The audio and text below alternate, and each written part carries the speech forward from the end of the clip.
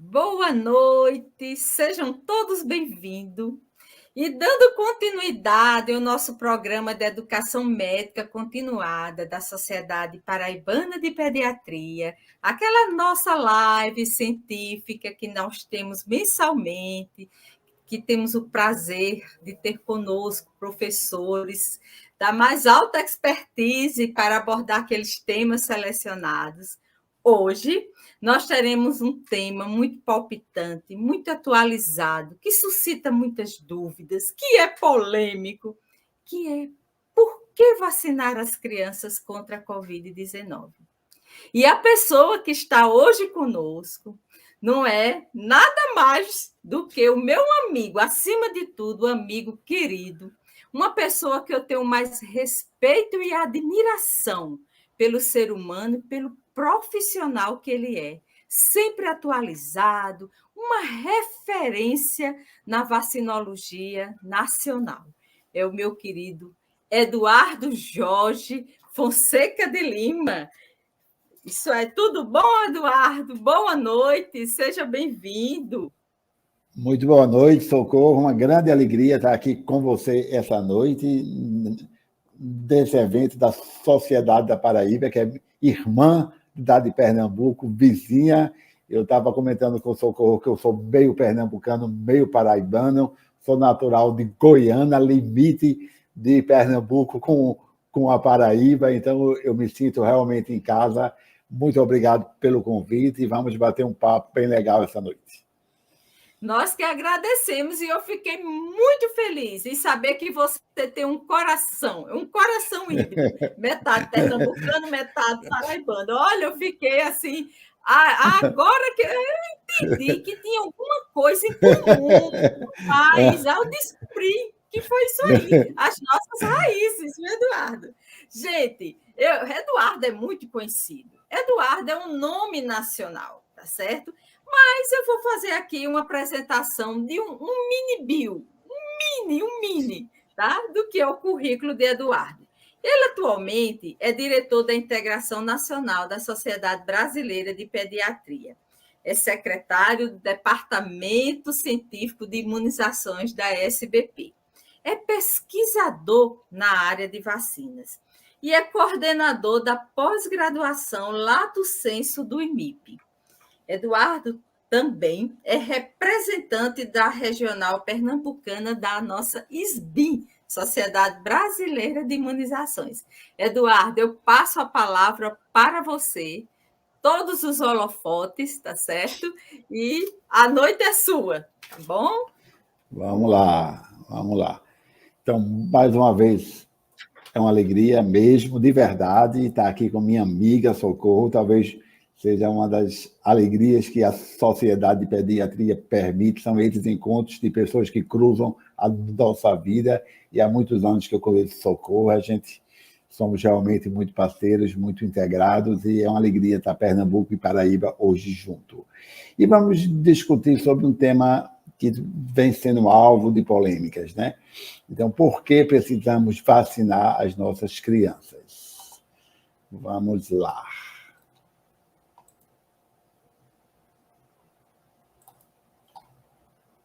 Então, esses são os meus conflitos de interesse. Para esta apresentação, não tenho nenhum conflito de interesse, a não ser com a verdade e com a ciência. Eu trago mais uma vez esses dados porque eu percebo que todo mundo está muito cansado da pandemia, todo mundo queria que em um passe de mágica a gente decretasse que a pandemia tinha acabado, mas não é isso que aconteceu, né? É sempre importante ressaltar que tivemos 7 milhões de mortes no mundo, isso é mais do que a soma da Primeira Guerra Mundial com a Segunda Guerra Mundial, só para a gente ter essa coisa em mente, que a pandemia é muito recente e que sofremos muito. Em compensação, nós conseguimos administrar no mundo 13 bilhões de doses, lembrando que o mundo tem 7 bilhões de pessoas, para ver a dimensão de que tudo que envolve a Covid-19. Então, quando a gente fala do impacto da pandemia da pediatria, a gente tem que falar da morbidade, da mortalidade, da síndrome inflamatória multissistêmica e das manifestações da Covid longa. Então, quais os dados atuais de CIRAG por Covid em pediatria?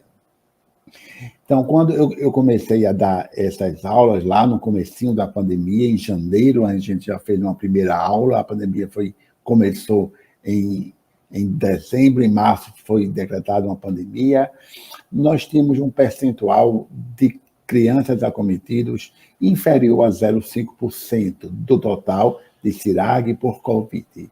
Hoje, nós temos 9,4% dos casos de CIRAG confirmados por Covid em crianças e adolescentes no Brasil. Então, nós já temos quase 10% das pessoas que se internam por CIRAG, por Covid, são crianças e adolescentes.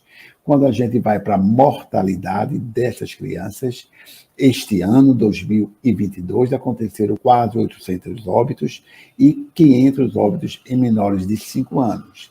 Todos nós que estamos aqui, os pediatras principalmente, sabem que a morte de uma criança é um acontecimento inesperado, que tem uma dimensão muito maior do ponto de vista epidemiológico.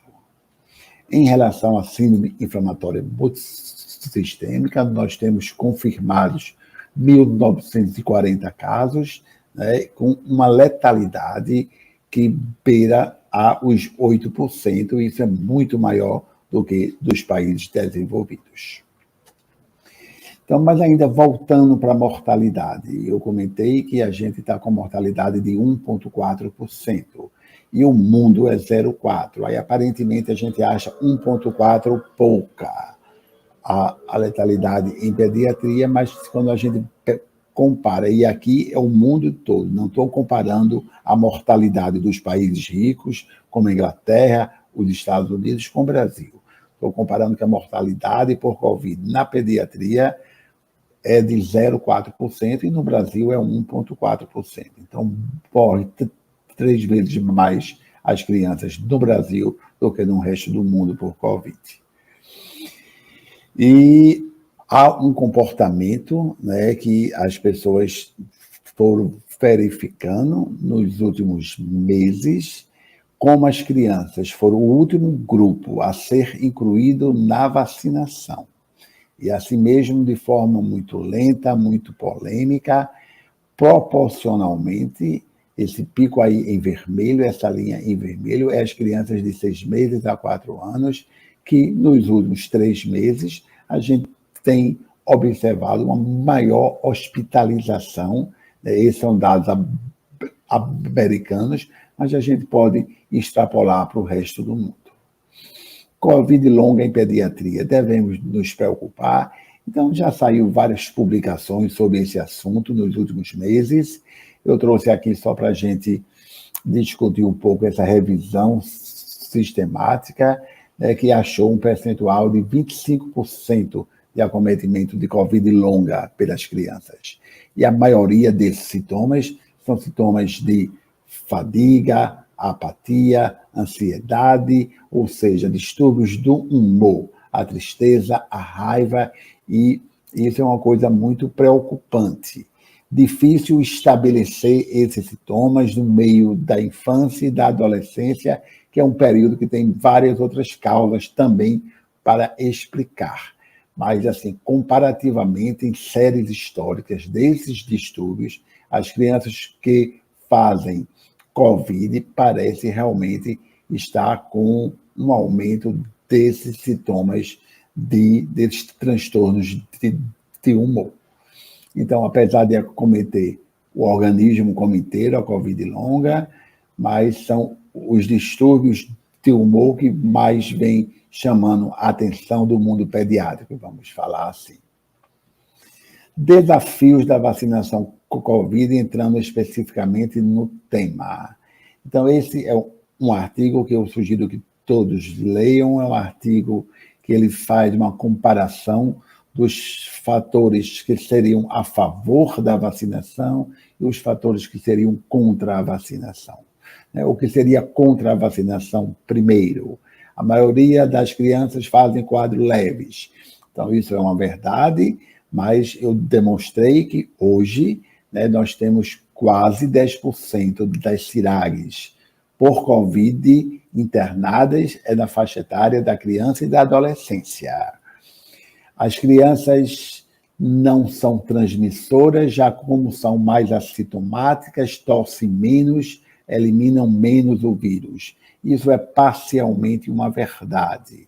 Quanto menos tosse, menor o aerosol para transmissibilidade. Entretanto, se esta criança for conviver com o idoso, com o imunodeprimido, essa questão de ele ser mais assintomático perde importância e comprovadamente há 2 estudos muito bem feitos que demonstram que mesmo a criança assintomática, ela pode ser um transmissor e se ele for um contactante de um idoso, de imunodeprimido, há risco para esta família. E aí vai ele estabelecendo vários contrapontos a favor e contra. Não há evidência, né, que a vacina protege da Covid longa. Isso hoje não é verdade. Já há uma certa evidência muito mais robusta em adulto, realmente, que a vacinação Covid protege das manifestações da Covid longa, mas também há evidências que protegem também da pediatria. Em relação à SIMP, né, há uma certeza, eu diria, uma das poucas certezas, que a vacina protege também da SIMP. Então, o uso da vacinação em adolescentes já é menos polêmico. Eu vou me concentrar de 5 a 11 anos e nos abaixo de 11 anos. Vamos começar com o uso da vacina de 5 a 11 anos. E aqui as evidências, quando a vacina foi introduzida, quando a gente fala em Covid, uma das dificuldades que estamos falando de vários períodos, de várias variantes e agora de várias subvariantes.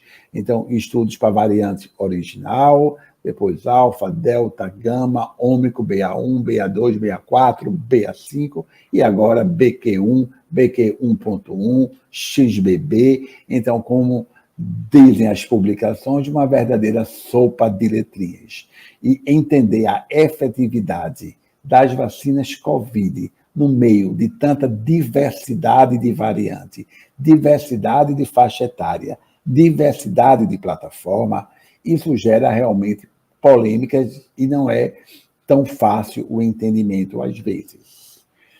Em relação ao uso da vacina, os estudos de fase 3, os estudos de eficácia na faixa etária de 5 a 11 anos, né, demonstrou que esta apresentação da vacina de RNA da Pfizer, que tem 1/3 da dose do adulto, nós vamos detalhar isso adiante, ela tem 10 picogramas para a faixa etária de 5 a 11 anos e não 30, como tem para a idade acima dos 12 anos, demonstrou uma efetividade, né, que beirou os 90%. Estamos falando da era pré-ômicron. Então, quando esta vacina foi aprovada para uso em crianças de 5 a 11 anos, os estudos de eficácia e não de efetividade, né, demonstraram uma eficácia de 90%. Posteriormente, aí já é efetividade, já é uso durante a circulação da Ômicron. Então, estou fazendo o contraponto dos estudos de eficácia, que mostrava uma eficácia de 90%, posteriormente, durante a circulação da Ômicron. E agora sim, estudo de efetividade demonstrou que após a segunda dose, a proteção era de 48%, menor que 50%. Então, esse é um conceito que a gente já quer passar a conversar, vocês já ouviram, mas eu vou reforçar. As vacinas Covid, elas vieram com esse entendimento agora, gente. Nós estamos acostumados que 2 doses de vacina de sarampo têm uma efetividade de mais de 95% para a proteção de qualquer forma de sarampo. Vieram as vacinas Covid nos ensinar que todas as plataformas, inativada como a Coronavac, vetor viral como a vacina da AstraZeneca ou a da Janssen, RNA, vacina da Pfizer ou da Moderna, elas vieram para evitar internamento hospitalar, internamento em UTI e evitar mortalidade. E isso é muita coisa. Quando a gente discute com antivacinista, quando a gente discute com pessoas que duvidam da efetividade das vacinas, a gente tem que ter este olhar, este entendimento e não esquecer aquelas cenas da Itália, onde os corpos passavam 8 dias na casa por não ter lugar para ser enterrados, aquelas cenas dantescas no Brasil, de milhares de covas sendo abertas em um dia e não ter mãos para enterrar os corpos, e isso faz muito pouco tempo para a gente achar que as vacinas que protegem de internamento, que protegem de intubação, que protegem de mortalidade, é pouca coisa. As vacinas COVID, independente da plataforma e da idade, demonstraram que para as formas leves, elas não dão proteção adequada. Elas não dão, provavelmente, proteção de mucosa. Por isso, há uma expectativa das vacinas de spray, das vacinas nasais, que elas possam induzir a IgA secretória e aí impedir essas formas assintomáticas e leves. As vacinas atualmente disponíveis no Brasil e no mundo são vacinas que vieram para proteger das formas graves e devemos agradecer essa possibilidade real de redução de internamentos e de casos graves. Então, em relação à pediatria, especificamente, é a mesma coisa.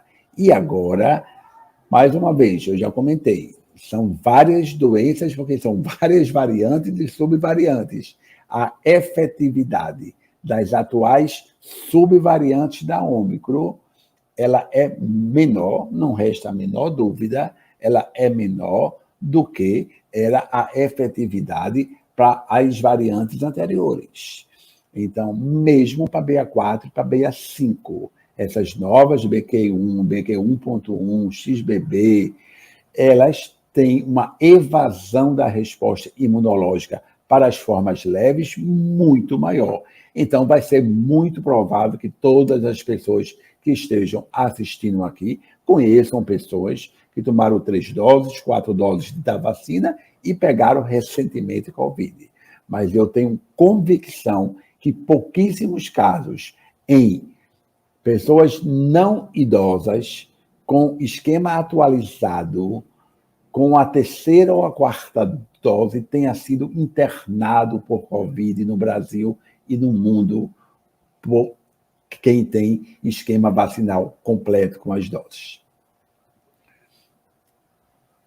Então, relembrando, né, que em maio de 2021, as vacinas de 12 a 15 anos foram introduzidas dos Estados Unidos e de 5 a 11 e posteriormente as crianças de 5 a 11 anos. Então, 2 doses da vacina demonstravam já que a redução de infecção assintomática ou leve, isso aí antes das subvariantes atuais da Ômicron, era muito menor do que as variantes iniciais.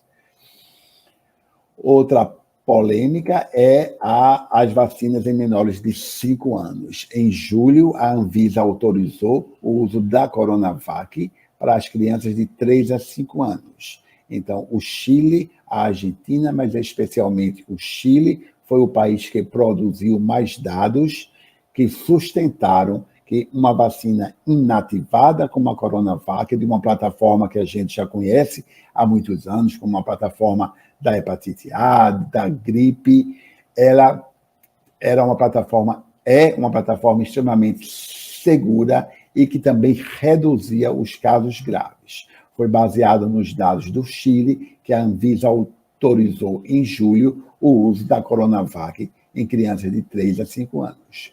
Então, recentemente, saiu esse estudo de efetividade da Coronavac nessa faixa etária. né, demonstrando que para hospitalização, uma proteção em torno de 70%. Eu acho isso muito bom, você usar uma vacina que seja segura, de uma tecnologia com pouquíssimos eventos adversos e que reduza em 70% o risco de hospitalização, o risco de internação em UTI para as crianças de 3 a 5 anos. E esses dados apoiaram a persistência do Chile em continuar, mesmo na disponibilidade da vacina da Pfizer, cuja efetividade nessa faixa etária parece ser apenas discretamente maior.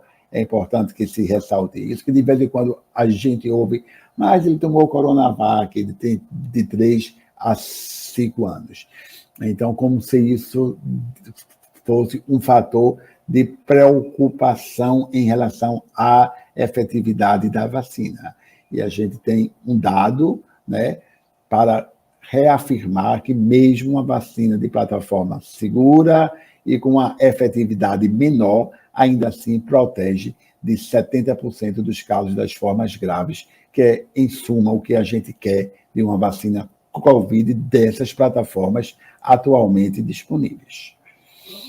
Então, os Estados Unidos já têm o reforço das vacinas bivalentes para as faixas etárias acima de 12 anos, de 5 a 11 anos, e, recentemente, foi aprovado a vacina bivalente como reforço para as crianças de 6 meses a 4 anos lá nos Estados Unidos.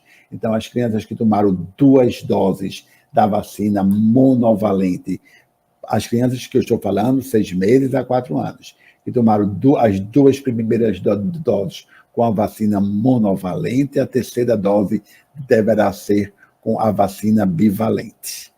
No momento, dezembro de 2022, as coisas de Covid têm que ser registradas com a data, porque ficam gravadas nas lives. Eu imagino as besteiras que eu não disse em 2020, 2021, das verdades transitórias em Covid. A Covid veio também com essa característica de a gente calçar sempre as sandálias da humildade. Estamos aprendendo ainda a Covid, estamos ainda solidificando alguns conhecimentos. Então, hoje, para quem tomou 3 doses da vacina monovalente e tem de 6 meses a 4 anos, não está indicado um booster com a bivalente. A bivalente está indicado para quem tomou as 2 doses, a terceira já seja com a bivalente. Para quem vai começar esquema, vai tomar 2 doses da monovalente e a terceira será da bivalente, mas é provável que em janeiro já haja modificação desse esquema vacinal para já começar com a vacina bivalente. Lembrando que houve uma certa confusão em relação à vacina bivalente da Pfizer. Nós temos 2 apresentações, uma apresentação que é com a Ômicron BA1, outra que é com a apresentação da Ômicron BA4, BA5. As 2 vacinas são aprovadas tanto nos Estados Unidos como também agora pela Anvisa. Chegou a semana passada a vacina para adulto bivalente no Brasil. Conversei hoje com o pessoal do PNI antes dessa aula, que eu sei que seria uma das perguntas. Está para sair, provavelmente até sexta-feira, a nota oficial do Ministério da Saúde com as orientações quem vai tomar a vacina bivalente. Essa primeira vacina que chegou no Brasil, ela é bivalente original com Ômicron BA1. Certo? Posteriormente, em janeiro, chegará um lote da nova apresentação também, que é com Ômicron BA4 e BA5. Faço questão de ressaltar que os idosos acima de 80 anos não devem esperar a chegada de uma vacina bivalente para se vacinar. Se você conhece, se você tem algum parente, precisa já tomar a sua 5ª dose com a vacina que temos no momento. As pessoas que estão internadas hoje por Covid e com esquema vacinal são exatamente as pessoas acima de 70 anos, cuja última dose da vacina foi há mais de 6 meses. Isso corresponde a 83% dos internamentos no Brasil desta semana. Então, 83% das pessoas que estão internadas no Brasil e que têm esquema vacinal de pelo menos 3 doses, a última dose foi há mais de 6 meses. Não tomaram a 4ª dose. Não tomaram a 5ª dose, como já está autorizado para os maiores de 80 anos. Então, a Anvisa, no Brasil, também aprovou o uso da vacina de 6 meses a 4 anos. O Brasil comprou 1 milhão de doses e, em uma transição de governo, a orientação é que guardasse as 3 doses de cada criança aplicada, o que deu uma disponibilidade para apenas 300 mil doses de vacina para esse país como um todo. O que, evidentemente, em vista do número reduzido de doses, a opção do Ministério foi de priorizar, né, essa é a recomendação, de priorizar as crianças que tenham comorbidades. Não que a vacina não seja indicada para todas as crianças saudáveis acima de 6 meses. O quantitativo que veio para o Brasil, ainda mais com a orientação que deveria ser guardada as 2 doses, porque não sabia dar continuidade ou não de uma nova compra. Então, a recomendação foi pela cautela de indicar para as crianças que tenham comorbidade, e isso já começa a complicar. Quem trabalha em sala de vacina, quem trabalhou na campanha da Covid, sabe que todas as vezes que botamos obstáculos, botamos comorbidade comprovada, uma consulta médica, uma receita, uma declaração, isso já faz com que seja muito mais difícil atingir cobertura vacinal. E aqui uma observação que eu venho fazendo em todas as minhas aulas é que os pais estão vacinados, eles se protegeram da Covid, e os pais das crianças menores de 5 anos estão com receio de vacinar suas crianças. E somos nós, meus amigos pediatras, que estão nos acompanhando. Somos nós que temos que ouvir. A primeira coisa, a gente não adianta querer ser o dono da verdade. É ouvir porque é que aquela família, sabendo que a Covid também acomete as crianças, também leva internamento hospitalar. Normalmente, os pais sempre têm uma atitude protetora para os filhos. Se naquela casa só tem um bife para o almoço, é natural, é humano, a gente deixa aquele bife para o filho. Se só dá para pagar um plano de saúde na família, o plano de saúde é do filho. E com a vacina Covid, o raciocínio é o contrário. O pai está vacinado, a mãe está vacinada e ele tem hesitação de vacinar seu filho. E a gente tem que entender que ele não faz isso por mal. Ele faz isso porque ele acha que a vacina pode causar algum dano à sua criança. Por isso, a gente espera também, Socorro, que após a minha apresentação, o debate com você, que é outra pessoa que estuda muito vacina, nos ajude a esclarecer que a gente tem que ter argumentos sólidos, que tanto a plataforma inativada da Coronavac acima dos 3 anos, como a vacina de RNA, a gente hoje já tem evidência de segurança, que é essa a principal preocupação dos pais. Eu vou comentar a seguir os dados de segurança por faixa etária e de efetividade para as formas graves. Então, a Sociedade de Pediatria reforça que o ideal é a vacinação de todas as crianças, com e sem comorbidade acima de 6 meses. E isso também é o nosso pensamento. Então, aqui só uma recordação que nós temos 3 vacinas da Pfizer autorizadas e em uso do Brasil. A da tampa roxa, a vacina utilizada para adolescentes e adultos acima de 12 anos, que tem 30 microgramas. A laranjinha, a vacina para as crianças de 5 a 11 anos, que tem 1/3, 10 microgramas. E a da cor vinho, né, para as crianças de 6 meses a 4 anos. Uma outra confusão. No Brasil, como a gente tinha a Coronavac já aprovada acima de 3 anos, o documento do Ministério saiu para as crianças de 6 meses a 2 anos, 11 meses e 29 dias.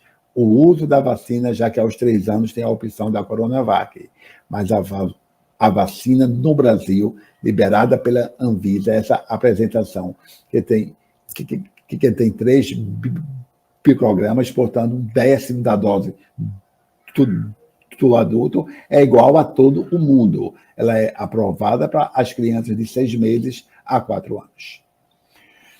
Então, esquema de vacinação hoje no Brasil de 3 a 17 anos. Então, a gente pode fazer a Coronavac de 3 a 17 anos, 2 doses, e aí as crianças acima de 5 anos, de 5 a 11 anos, também o Comitê Técnico já aprovou a terceira dose, um reforço para as crianças de 5 a 11 anos. Não está ainda incorporado no Ministério da Saúde. A Câmara Técnica já aprovou, né? O mundo quase todo já faz reforço com a terceira dose para as crianças acima de 5 anos. Provavelmente, também nos próximos dias, nós teremos essa indicação do reforço para a faixa etária de 5 a 11 anos. Tá? Hoje, a terceira dose é aprovada acima de 12 anos. Mas isso, em breve, será modificado. E essa apresentação que a gente comentou, a apresentação, eu não gosto do nome Baby, mas eu tenho certa resistência a chamar de Pfizer Baby. Eu vou chamar a Pfizer para as crianças de 6 meses a 4 anos, eu prefiro, e que ela já veio no esquema primário com um conceito que nos últimos meses tem tomado corpo.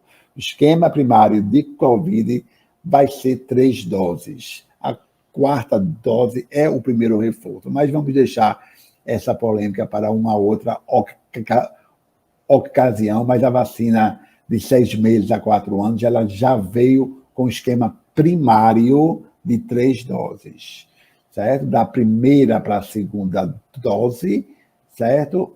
E da segunda para a terceira dose, o intervalo de 2 meses.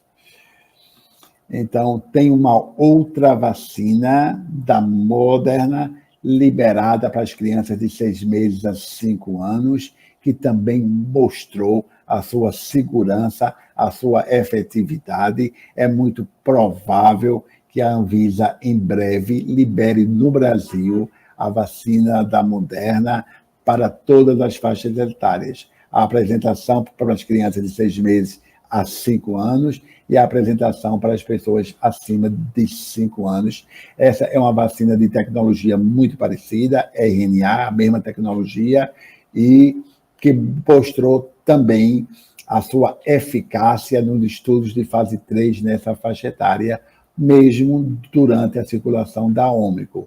Mas observe que a curva é um pouco diferente de quando não circulava a Ômicron. Era muito maior a distância da resposta de vacinados e não vacinados, mas para a proteção das formas graves, a vacina da Moderna também mostrou um resultado muito importante. Segurança do uso das vacinas Covid, seja Coronavac, seja a de 5 a 11 anos, seja menores que 5 anos. Vamos ver primeiro os estudos de fase 2 e 3 para as crianças de 5 a 12 anos, mostrando que a maioria dos eventos adversos são eventos adversos leves e locais.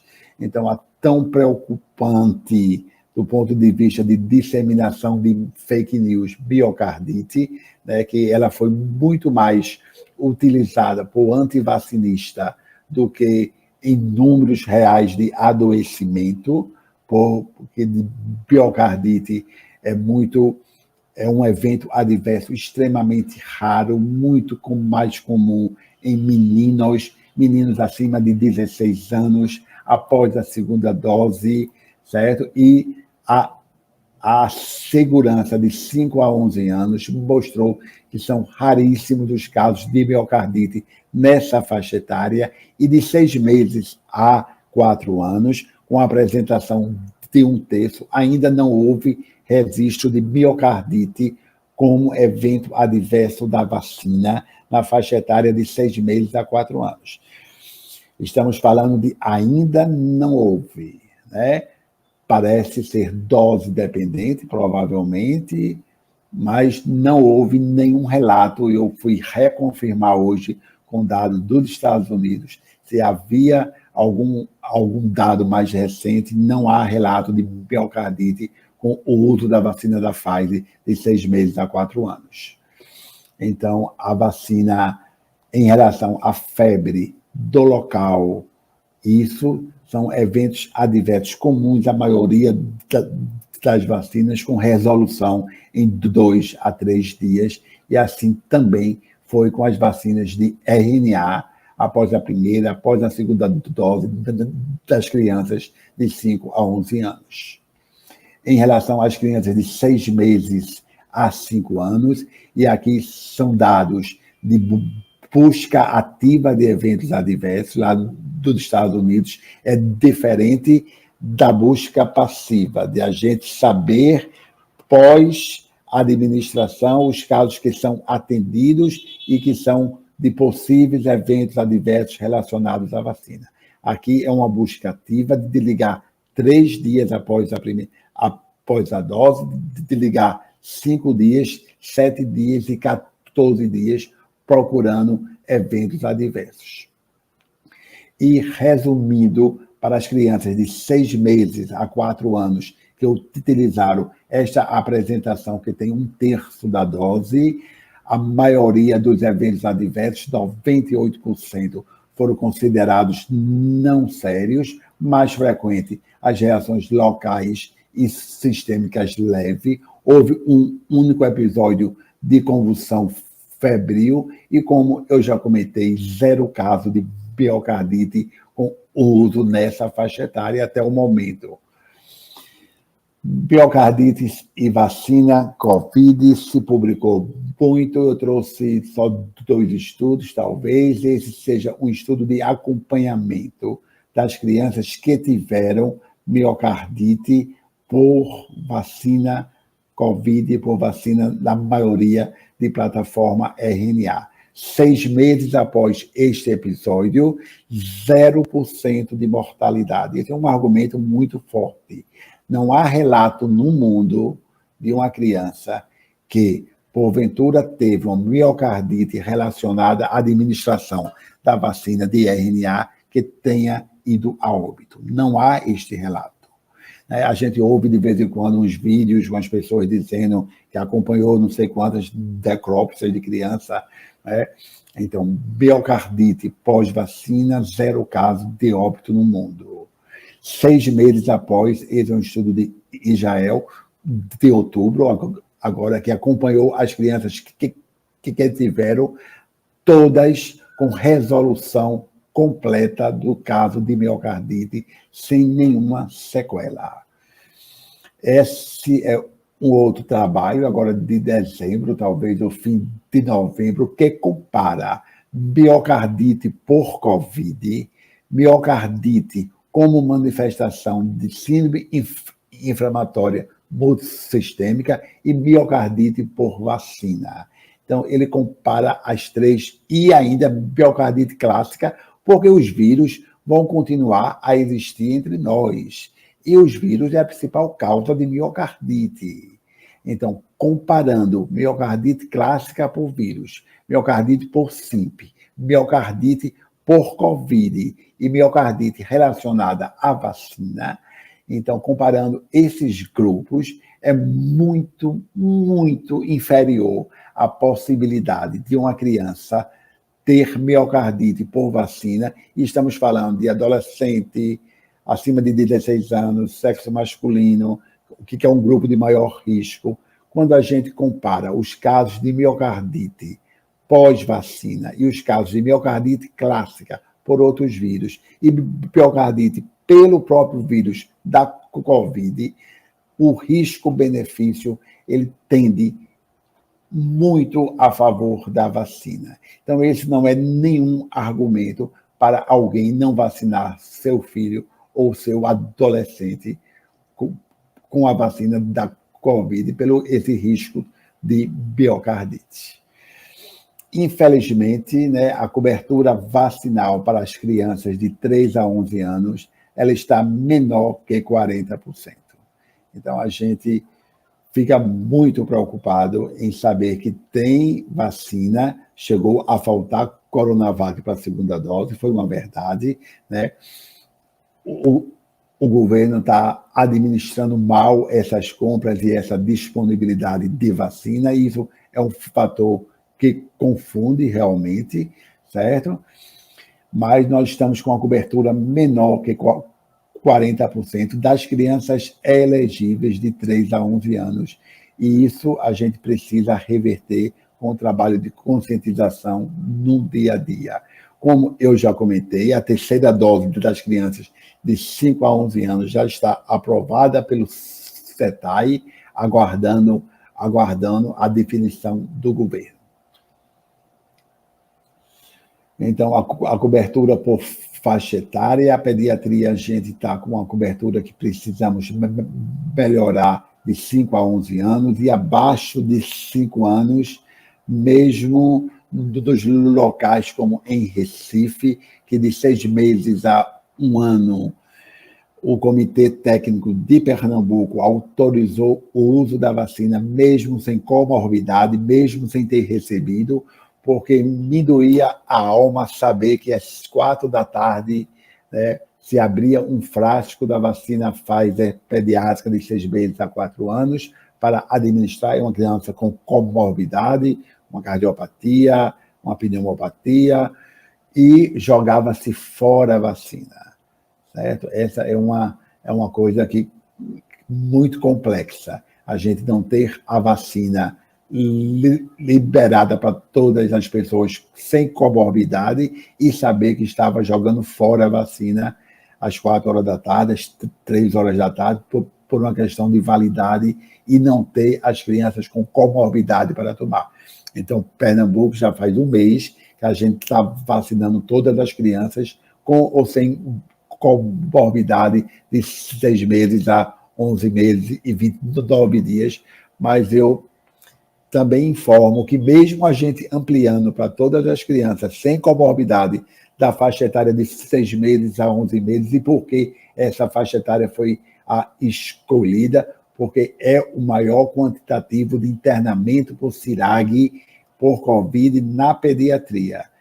Quando a gente observa o intervalo de 6 meses a 5 anos, proporcionalmente, o grupo de maior risco é de 6 meses a 11 meses, mas mesmo liberando, a procura ainda está muito pequena.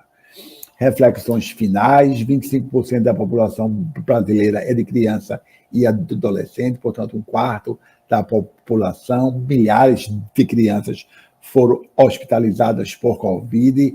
Lembrando que só esse ano 800 crianças e adolescentes faleceram de Covid.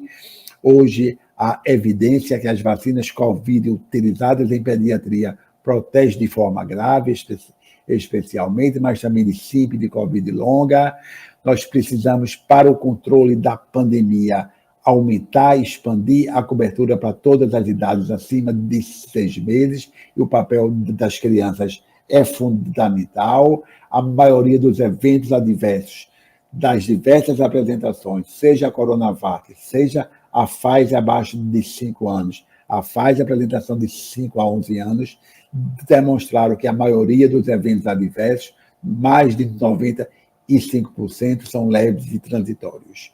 E, de acordo com as evidências atuais, de dezembro de 2022, não resta dúvida que a vacinação de todas as crianças com ou sem comorbidade está indicada para proteção da Covid grave, para ampliar essa cobertura, para diminuir a circulação deste vírus, mas especialmente para proteger nossas crianças.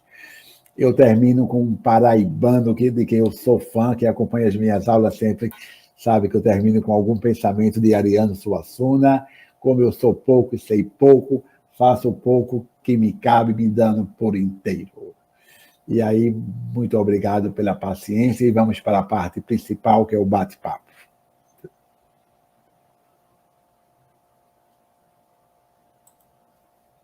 Como sai aqui essa tela, Viviane? Agora. Eduardo, parabéns, aula fantástica, uma explanação perfeita, atualizada. Inclusive, a sua fala já contemplou muitas dúvidas, né? A gente fez um compilado de dúvidas que surgiram e vamos ver se a gente consegue responder algumas perguntas aqui, tá? Foi maravilhoso. Então, a gente tem esse grande desafio, né? Eu sei que quem entrou para assistir essa aula, nessa live, vai sair diferente, né? Porque realmente foram argumentos bastante convincentes e baseados em evidências científicas. Muitas dúvidas, né? Que levam essas famílias a ficar hesitantes, né, resistentes na vacinação, é ainda aquela prerrogativa que não conseguimos, Eduardo, ainda desconstruir aqueles conceitos do início da pandemia, né? Que a criança não adoecia gravemente, que não morria. Isso aí parece que ficou no inconsciente coletivo das pessoas, né? Então, assim, a gente precisa realmente trabalhar e trazer, né, essas informações para as pessoas ficarem mais seguras. E uma pergunta que se repetiu, Eduardo, foi com relação àquelas crianças que têm alergias alimentares, proteínas do leite, proteínas do ovo, né? Então, eu queria que você falasse, reforçasse aquilo que a gente sempre vem falando, né? Que nenhuma vacina dessas da Covid até o momento possui na sua composição, né, essas proteínas. Fala aí aqui para a gente, reforça.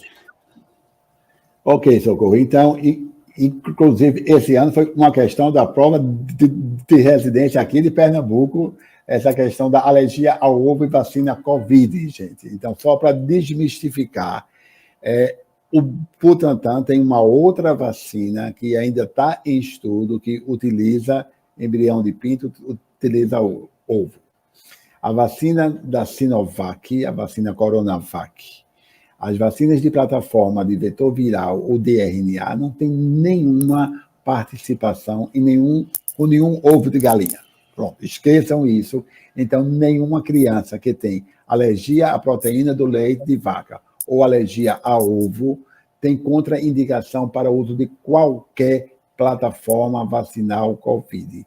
Então, definitivamente, não há nenhuma participação de ovo. Isso é uma coisa também, Socorro, que a gente não entende como se disseminou. Aqui em Pernambuco também, né, tem essa orientação de as crianças que não comeram ovo ainda, ou as crianças que têm comprovadamente alergia ao ovo, deveriam evitar as vacinas de Covid. Isso surge de alguém, mas eu reafirmo que Socorro já disse, nenhuma das plataformas tem nenhuma participação do ovo na sua produção, portanto, não teria como ter nenhuma correlação com alergia alimentar, nem a leite, nem a ovo. Perfeito, Eduardo.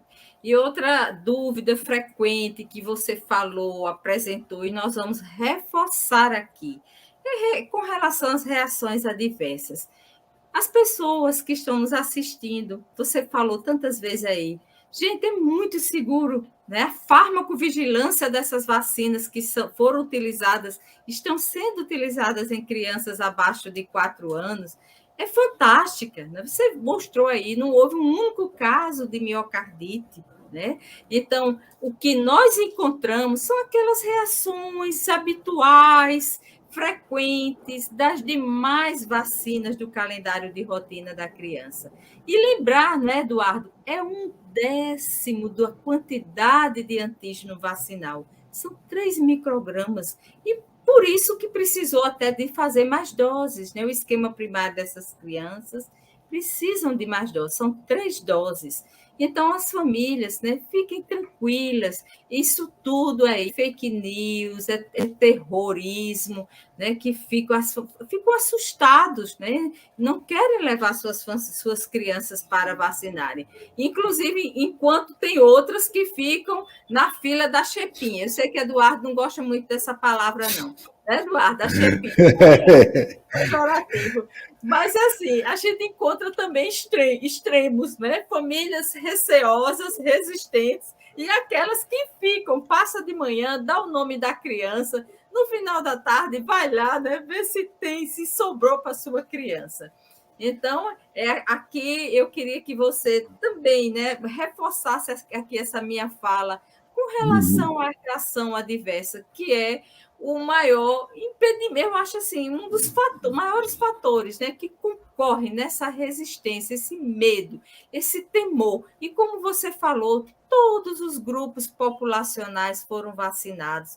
Por que nós vamos tirar esse direito das nossas crianças de se vacinarem? Por que isso? Né? Você mostrou na casa, a família deixa de comer, os pais, mas o filho garante a sua alimentação. Por que isso está invertido agora? Porque estamos tirando o direito de nossas crianças, né, Eduardo? E a gente viu os estudos, SIMP, né, a Síndrome Inflamatória Multissistêmica Pediátrica, 70%, né, de crianças que não tinham comorbidades. Então, tudo isso tem que ser desconstruído, né? A gente precisa realmente estar levando, explicando, acolhendo. Não adianta a gente bater, né, de frente, confrontar, não é o caminho. É acolher, é mostrar o benefício, os estudos. São milhões de doses aplicadas em vários países, né? Eu acho, Então, Socorro, que esse é o principal argumento. Nenhuma vacina, em um intervalo de 2 anos, foram aplicadas 13 bilhões de doses, gente. Imagine se essas vacinas fossem realmente associadas a eventos adversos, mesmo aqueles considerados raríssimos. Aí a gente está falando do adulto. Veja, 13 bilhões de doses. O mundo tem 7 bilhões global, de né? pessoas no total do mundo todo. Todo mundo de olho nos eventos adversos das vacinas Covid. Tinha dado tempo para aparecer eventos adversos em exaustão se essas vacinas fossem realmente vacinas muito reatogênicas. O que a gente sabe do acompanhamento, dos estudos, das publicações em adulto, que a gente pode extrapolar parcialmente para as crianças, que a imensa maioria desses eventos adversos são locais, transitórios, sistêmicos leves. Evidentemente, a vacina de vetor viral continua sendo associada a fenômenos trombóticos, trombocitopênicos. É um evento adverso raro, mas que acontece com as vacinas de vetor viral da AstraZeneca e da Janssen, não liberadas para as crianças, por exemplo. Acontece. Evento extremamente raro, ainda é custo-benefício vacinar com as vacinas de vetor viral, mesmo sabendo desse evento adverso extremamente raro, porque é muito mais seguro estar vacinado e não ser internado, não ir para a UTI, não precisar ser entubado, não morrer pela vacina, do que esse raríssimo evento adverso que existe sim. Miocardite, como eu já comentei, é um evento adverso, aí depende do país, mas um caso para cada 1 milhão de doses aplicadas em adolescentes. Um caso para cada 1 milhão de doses aplicadas.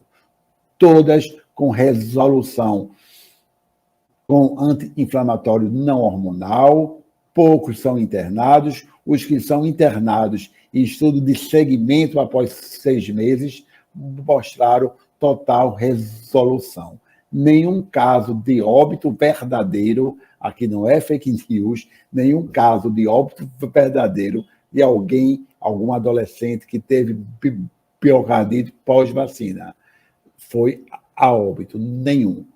Só este ano morreram no Brasil 800 crianças e adolescentes por CIRAG, certo? Então, esses são os dados que a gente tem que falar, esclarecer, ouvir, porque essa é a verdade que a ciência até hoje nos mostra. Ô, Eduardo, também houve umas colocações, não foi nem dúvida, de algumas pessoas falando sobre a questão, né, que as vacinas realmente não são esterilizantes, mesmo vacinados, você pode adoecer, você pode continua circulando, né? Então, mas isso aí, como você falou, o benefício maior. Alô? Estamos ouvindo, Socorro.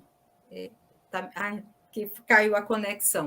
O benefício maior é o adoecimento de formas graves de óbitos, né? A gente sabe, aqui assim, algumas pessoas pronunciaram com relação à frustração da imunidade de rebanho, que no início, né, aquela nossa retórica, como você falou, a gente falou tanta coisa, que naquele momento parecia ser a verdade. Hoje, não é? As evidências mostram, né? Então, realmente, o vírus, a gente não vai conseguir, né, Eduardo, alcançar a tão sonhada imunidade de rebanho. Né? Nem com a vacina e nem com a doença. Nem com a Né? doença. Nem com a doença, porque são subvariantes que surgem, umas com evasão imunológica importante, então nem a vacina nem a doença dará imunidade de rebanho duradoura com as vacinas atualmente disponíveis. As vacinas vêm com esse novo conceito. Não protege das formas leves, não protege de infecção assintomática, não dá imunidade de rebanho. É uma desconstrução de um conhecimento de vacina que a gente tinha de anos, as vacinas conjugadas de pneumococo, de hemófilo, de meningococo, dando imunidade de rebanho, reduzindo a transmissibilidade, o estado de portador. Isso não acontece com as vacinas Covid. Mas, por outro lado, as vacinas vêm com o objetivo principal de evitar morte, de evitar internamento, de não sobrecarregar o sistema de saúde já tão difícil no Brasil como é o nosso. Então, elas têm um papel fundamental e, como Socorro disse, nós não podemos negar às crianças o direito de proteção contra as formas graves de Covid, contra a SIMP, contra a Covid longa. Então, todas as crianças acima de 6 meses, a gente, como pediatra, deve fazer esse trabalho diário, orientando, apoiando estas famílias que estão hesitantes para a gente tentar reverter isso, e não está sendo fácil. Não está sendo fácil. Vocês não imaginam a quantidade de WhatsApp e de mensagem que eu recebo todos os dias, de dúvidas, tanto das famílias, mas também dos profissionais de saúde que ficam inseguros no meio de tantas fake news, no meio de tantas mensagens. E é interessante que um trabalho bom, um trabalho de qualidade, uma boa notícia não se dissemina, ninguém compartilha comigo. Agora, uma notícia que sai: a Inglaterra não está fazendo dose de reforço de 5 a 11 anos. Isso rapidamente explode de mensagem, todo mundo está vendo, a Inglaterra não está fazendo reforço de 5 a 11 anos, porque é que a gente vai inventar de fazer? Então, a gente tem que estar muito seguro, muito tranquilo e batalhar pela cobertura vacinal de todas as vacinas, e aqui no caso específico da Covid.